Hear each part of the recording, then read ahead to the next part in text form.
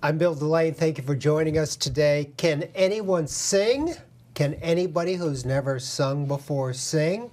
We're going to find out today. My co-host is Raylene Mautner. Raylene is no stranger to NHTV. You've been on television, you've been on radio, you were on WNHU, and you might have something else coming up. We'll talk about that at another point in time. Absolutely. So happy to be here, Bill. Glad to have you. Raylene's going to be my co-host, and our guest is Roberta D. Fiora, who is a singing teacher and a choir director. Yes.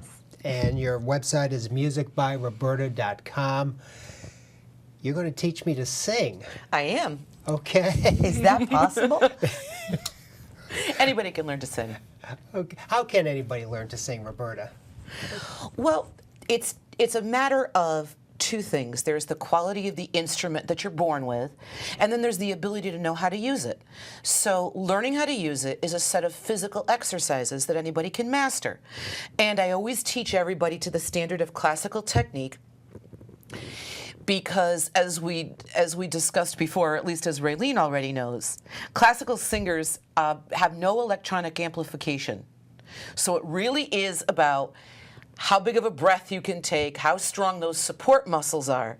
So I teach everybody to that standard, whether they want to sing like that or not, because that's what gives them optimal control over their voice to do whatever it is they would like to do with it. Okay, so you said two things that I think are very interesting. One is the quality of the instrument that you're born with, and the other is how you learn how to use it. So, Roberta, if you're not born with like a super high quality instrument, meaning, I don't know, maybe you don't have as much space as someone else, or your vocal cords are not as refined as someone else, can you compensate for that by learning how to use it in a more intense way? Yes. Well, I'm fond of saying, if you grew up to be Luciano Pavarotti or not, is what was put here the day you were born. But whatever voice you do have, anybody can learn to improve it. Power and projection increases, range increases in both direction, and tone quality improves. So whatever voice you start out with, it gets better. You know, and I have to say, as a researcher, and I've done some research even before coming to this show today, Bill, the benefits of singing are so great, and it's proven over and over again in various populations, with the elderly, with those who have dementia, with those who have certain learning disabilities, with those who have cancer. Singing is just uplifting, but not only that, there is research to show that it actually lowers stress levels. I mean, they've done saliva tests, they've done blood tests before and after, and they found that there's a difference. There's a neurological change that happens. Yes. And as you were saying before, Roberta, and you know, Roberta is my singing teacher, and I will tell you the story if you wish, but she's absolutely performed miracles with me, is that really it's about your being confident and about your learning to use your instrument in the proper way. Well, I think that's where the confidence comes from, because once you have a solid technique, anybody can be fabulous and hit it right and hit it lucky on a good day. But if you know what you're doing, your job is to be competent on the very worst day. And the confidence comes from, if you've got that rock solid technique, you know exactly how your voice is going to obey and what's going to come out of your mouth before you ever step out on stage. So there is no more worry about, am I going to get that note? Is it going to sound okay? You already know. How do you compensate for a cold? Good question. Sometimes you can, sometimes you can't. A sore throat, you can't sing at all, because if your throat is sore, that means your cords are swollen. They're not going to vibrate. You shouldn't sing like that. You'll cause damage. If it's just congestion, then it's the things we talked about, the support. You can find a place to resonate your voice, some little spot where that congestion isn't. You're not going to sound quite the same, but you can use your technique to get around it and still sing competently on the bad day. What did you put Raylene through when you were teaching her? Well, I guess that's for her to tell if it was fun or if it was torture. Raylene, let's talk lesson one, and then let's talk your last lesson. You know, when I went, Bill, as you know, the story behind the scenes is that I was in a play. I wanted to get back to acting. I used to act years ago. And the first play I did was not a musical. And it had such great reviews, I thought I will try out for another play. Well, lo and behold, I find out I'm supposed to do a solo. And what you don't know, what not many people know, is that years ago, when we were in a work environment and the staff was putting on a talent show for benefit, I chose to sing. And when I got up there, I totally froze, and I never sang in public since. So I didn't know. You didn't tell me that. Right, I didn't. So I didn't know that I would ever be able to do that again, because there's something about singing, Roberta, isn't it? That you're almost bearing your soul. I sang to myself plenty of times. So I go to Roberta, and our first lesson was all about, it wasn't about just singing the song, which I thought, gee, I've got like 3 weeks till my play opens, or till but no, it was about, she insisted that I use proper technique, that I learn proper breathing and breath support and proper exercises. And that meant, and proper placement, and not only that, but the way that you hold your mouth, you know, when you shape your vowels and when you shape your words, also matters in terms of the beauty of the tone. Yes, am I right? That's what I got from the first lesson, and I thought, oh my gosh, am I ever going to get this? Well, you tell him by the time that my play came. By the time the play came and I went to go see her, I was so proud. Not only did she sing her song, her voice and her singing was a standout on stage, and I wouldn't say it if it weren't true. It's not just because she was my student, and she heard that from many other audience members. I did. She put a lot of effort. She worked hard, she practiced hard, and she got the results, but I'm so proud. Thank you. And that meant everything to me. And you know something, psychologically, we talked about physically, you know, the different changes that have been researched when it comes to singing, but also psychologically, it not only de-stresses you, but it really lifts sad moods. Yes. It does so much for you when you sing. It's almost like, you know, back in the Renaissance days, they talked about singing as almost prayerful. Yes. You know. Well, we are the instrument. So it is a very special kind of mind, soul, and body connection. And music is one of the few activities that engages both hemispheres of the brain at the same time. So music really does make us smarter, which is why music education is so important. And we talked about that physicality of the breathing and the projecting in the theater. We really are athletes when we do this. It looks like we're standing there doing nothing, but we're moving large muscle groups on our body. So it's about a lifestyle change of health and wellness. It absolutely is. Yeah, it really is. Now, Bill, as somebody who's a novice singer, and Roberta's going to teach you how to start getting started singing, is singing something you always had in the back of your mind, something you'd love to do but were afraid, or what? No, I've heard myself on karaoke because I went one time when they were taping, and I did Beatles Twist and Shout, and I thought I did a terrific job, and I put the cassette in the car on the way home. I was like, we won't do that again. So I gave that up. So and my joke is that God appeared to me in a dream and told me not to sing in church. Appeared to me again the other day, but I won't say what he said. But anyways. So see, but an experience like that just kind of like made you lose your confidence, like that one with me. But the fact is, you can get it back. Absolutely. And you could learn how to get a great deal of satisfaction from singing. Were you afraid to take it up, Raylene? You talked about the time on stage, and you said you would never do it again, but I was surprised when you told me you were in a play and you were going to sing, and you had a singing teacher. Were you afraid to take it up again? And did you go to a singing teacher because you knew you had to do this, and you were afraid before you wanted Roberta to get you out of being afraid? You know that I'm very focused when I decide to do something. I know that.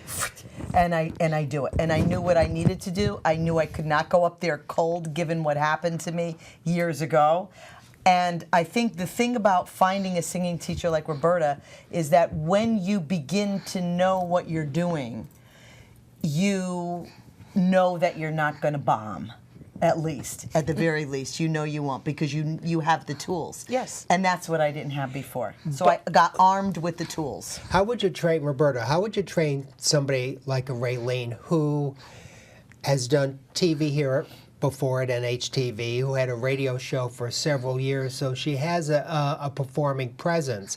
How do you train someone like Raylene, and how do you train somebody who's never had any stage or radio or TV presence?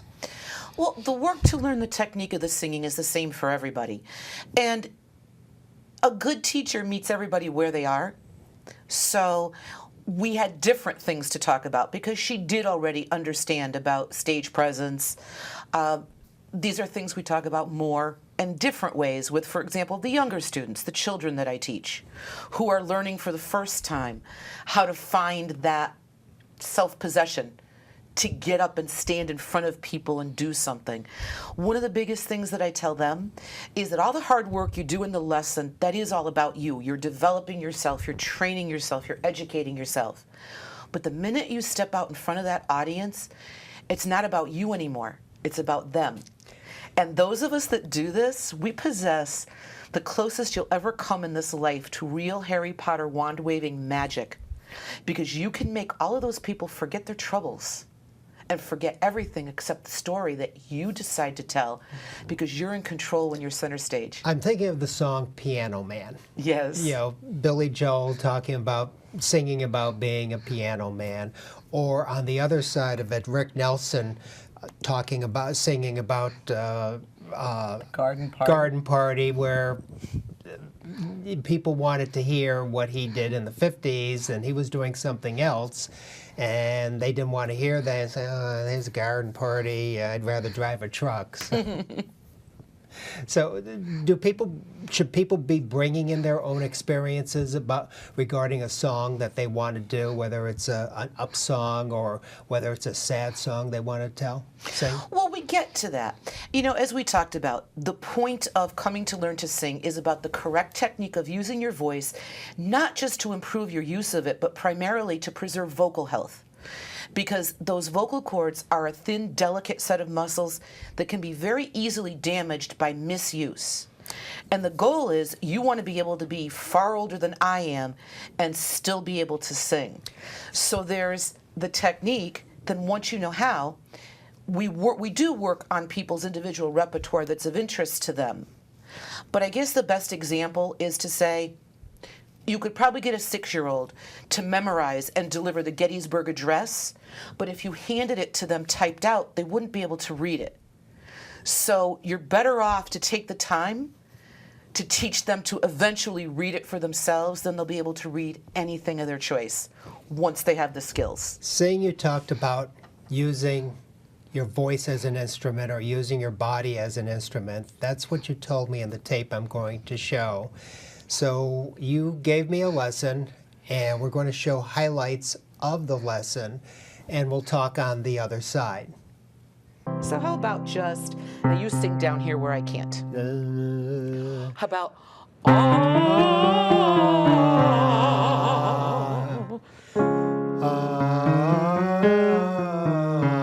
Nice.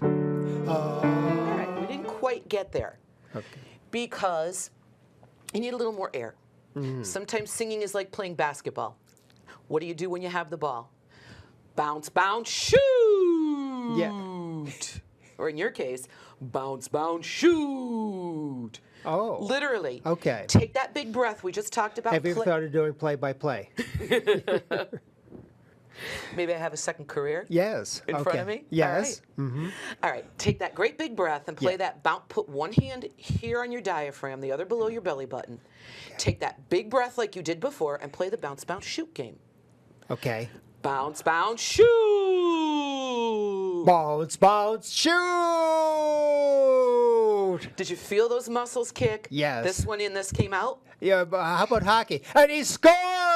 Perfect! Even better. Okay. Did you feel that? Yes, I did. Yes. That's encoded in our DNA. That mechanism is why babies can cry so loud. Our body knows how to do this. We're just bringing it under our conscious control. So, What did we really do? This became the regulator on the air tank. It created pressure. Okay. So, score! Score! Do you see how effortless it was? That was a powerful sound. Yes. And, oh, it's every note in the scale and every one in between. Okay. So, score!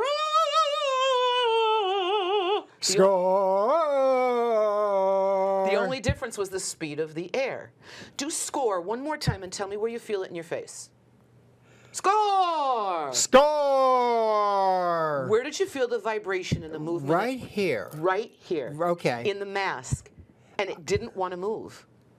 It went from high to low, but it didn't matter. And that's what it means when I say keep your placement in line. So, you've just experienced all of the pieces. You learned how to take the big breath and fill the lungs from the bottom up. You felt that support mechanism kick to create the pressure. So this is the gas pedal feeding the fuel. This is the fuel pump, keeping it circulating. Okay. And the score, you felt it resonate in the mask where it belongs. That took all the stress off your throat, and that was a big, powerful sound.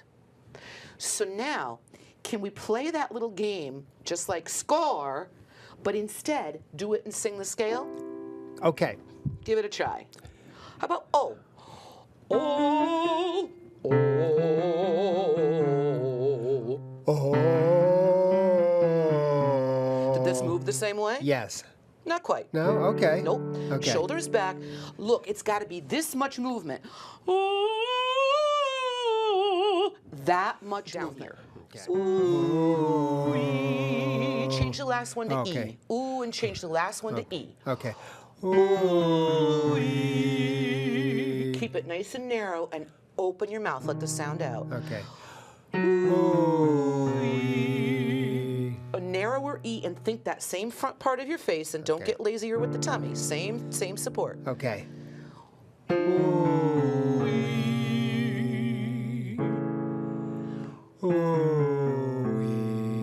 Nope. Ooh, ee. Put it right here. Okay. Think about it. Okay. Better. Okay. Did you feel the difference? Yes. Now, you can do these same things for your broadcasting when you speak. You can trigger that same support. And the same thing when you did the score thing, you can think about keeping your voice here when you speak. And it's going to just, your throat won't get tired. Okay. You'll be able to talk all day. Okay, good. Nice job. Was it fun? Yes. How do you think I was when I started the lesson, Roberta? And how do you think I was when I ended? And both of you can answer that question. Well, much like any other beginner, your voice was stuck in your throat. It wasn't a big, powerful sound. At the beginning, it's hard to tell about the full depth of the instrument when you're not using it right. We vocalized up the scale. You got to a certain point, you couldn't go any higher. You went flat and couldn't go any higher. After you learned, really, we only spent maybe 10 minutes. And after you learned a couple things about breathing support and a couple of quick tricks about how to place your voice and how to shape your mouth, it was a very dramatically different sound. It was bigger, powerful, more resonant. And instead of going flat and stopping at a certain point, without any trouble, you sang 2 notes higher than where you got stuck initially. I And that didn't happened in expect that. about 10 or 15 minutes. It was a dramatic difference. And that was fun. Okay. I enjoyed doing it. It was like, oh, wow, I can do this? You can.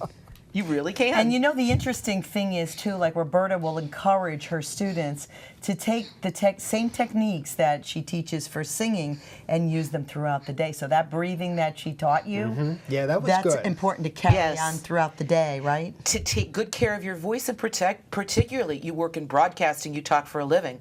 So it's very important that you're using that right support, keeping it in the right place, not stressing your throat to take good care of your instrument. What's my range? Tenor? You're a tenor. Tenor, okay. Sergio Franchi was tenor, Yes, right? he Okay. was. Okay. Yes, Billy, you're going to You're be in the good next company. Sergio Franchi. Hey, Joe Costa, WATR. You hear this? On Carousel Italiano, you're going to play my song someday.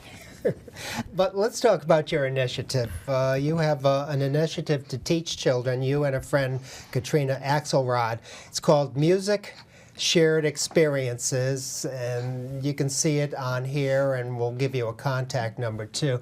Tell me about Music Shared Experiences. Music Shared Experiences is the new initiative and outreach program of the Meriden Arts Trust, an already established 501c3 nonprofit corporation that operated for 8 years, presenting the Central Connecticut Youth Orchestra. Our reason for wanting to do this is all the things we talked about, the great many benefits of music education, and we wanted to expand that program and make it bigger to encompass everyone. So our mission statement is to promote the learning of language of music in our schools and communities, and using music's common bond to promote community, events, concerts, music lessons, lessons in healthy living and well-being. We talked about that very physical connection with what we're doing. We want to provide personal growth for all the participants of all ages. Music really is for a lifetime, and we were inspired by a quote from Lucy MacDonald, a Canadian psychologist, who says, "The initial bond is a shared experience." Our society has become so fragmented in recent years for so many reasons, and music and bringing people together to sing, to play, to listen to music, to come together as a community really can change lives. You know, it's interesting. I was listening to the radio the other day. I don't know if you heard of this, but there's a project for it's a huge homeless person chorus. And it is changing lives in New York City. And they're going to Carnegie Hall. And they were interviewing some of the people. So you're right. All populations, a sense of community, no matter where you are, no matter what your background is. Yes. You all come together with that common bond of music. Yes. And there's a lot of research on chorus singing, too. There is. We're going to start a children's chorus. We're hopefully going to have a barbershop group. We have wonderful plans. It includes that we're going to be looking for a performance home, that we want to have a place to do this in, that will be a center for the community to gather, that will have a performance space, you know, that really we can share all of these wonderful experiences. How exciting. It's funny how you talk about music being community, and you are a church musician. Do you feel it makes a better bond in your church community, having the chorus that you have, having the musicians that you have and the singers? Absolutely it does. You know, those old familiar songs bring people together. They evoke memory. They evoke emotion. We talked about music engaging both hemispheres of the brain. You can memorize anything. You can memorize song lyrics for that very reason, far easier than lines from a page. Well, you did ask about church music, but that's a way of getting scripture verses memorized, because it's so much easier to call forth from memory song lyrics. Do you remember back in the 70s, Schoolhouse Rock? 30 seconds. Yes, Schoolhouse Rock, yes. That's why they were doing that, to help kids memorize those things. Okay. Because it was set to music. So your program, we'll talk more about this at another point. Music Shared Experiences, and if you can show the graphics, please. It was Music Shared Experiences. You can write to them at Meriden Arts Trust at cox.net, or you may call Katrina Axelrod. She's the president of Meriden Arts Trust of Music Shared Experiences, and the phone number is 203-235-7445. It's a good program. We'll talk about it again, and we're out of time. Raylene, went thank by too you. fast. Thank You're you very for helping me out. Thank you so much Roberta, for inviting me. thank you for being with me. Roberta Di Fiore, Great to have you. who is a church musician and a singing teacher. Yes. Thank you. And thank you for watching. I have to thank my people here, Rob Beldo, our director, Max Tarbell, and switching, and our executive director, Walt Mann. Thank you for watching.